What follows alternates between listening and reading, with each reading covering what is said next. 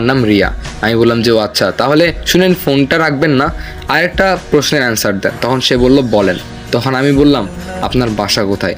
তখন সে বলল আমার বাসা কুড়িগ্রামে। আমি অবাক হয়ে গেলাম, বাপরে বাপ, আমাদের বিভাগের মধ্যেই পড়ে, তবে আমার বাসা রংপুর, আর আমি রংপুরেই পাইছি ডায়েরিটা। আপনি কুড়িগ্রাম থেকে রংপুরের ডায়েরিটা ফেললেন কিভাবে? আর ডায়েরিটা দেখে মনে হলো যে ডায়েরিটা একদম নতুন চকচকে, হয়তো বা কেউ 5-6 মিনিট আগে ফেলে গেছে রাস্তায়, এইরকমটা মনে হলো।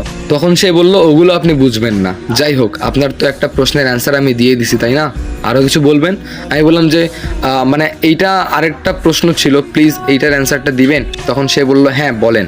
এরপর আমি বললাম এইটা একটু বলেন, আপনি কুড়িগ্রামে থেকে কিভাবে রংপুরের মধ্যে এত তাড়াতাড়ি ডায়েরিটা ফেলে গেলেন, আর কেউ ডায়েরিটা নিলও না, শুধু আমার চোখেই পড়লো?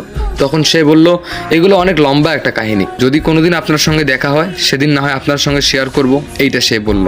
তারপরে সে ফোনটা কেটে দিল। আমার আর কোনো কিছুই ভালো লাগে না, ফোন টোন ইউজ করতেও ভালো লাগে না। তারপরে তাকে আমি অনেকবার ফোন কল দিছি, কিন্তু সে আর ফোনই রিসিভ করে নাই। আবার হঠাৎ করে একদিন সে ফোন দিয়ে বলল কেমন আছেন। আমার মাথা গরম হয়ে গেছে। তারপর আমি বললাম আচ্ছা আপনি কেমন মানুষ, আপনি কি লাইনে থাকেন না? আপনাকে ফোন দিলে পাওয়া যায় না? আপনি কি শুরু